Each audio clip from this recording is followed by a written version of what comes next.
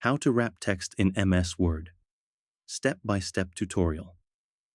First, launch Microsoft Word and open the document where you want to wrap text around an image, shape, or other object.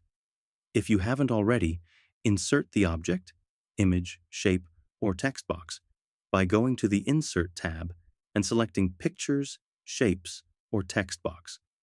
Click on the object you want to wrap text around. A new Format tab will appear in the toolbar. Under the Format tab, find the Wrap Text button, usually in the Arrange group. Click it to see different wrapping options. Select your preferred wrapping style: square, tight, through, top and bottom, behind text, front of text. Drag the image to reposition it, and the text will automatically re-wrap around it.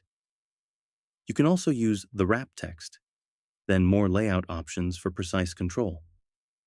Once satisfied, save your document to keep the changes.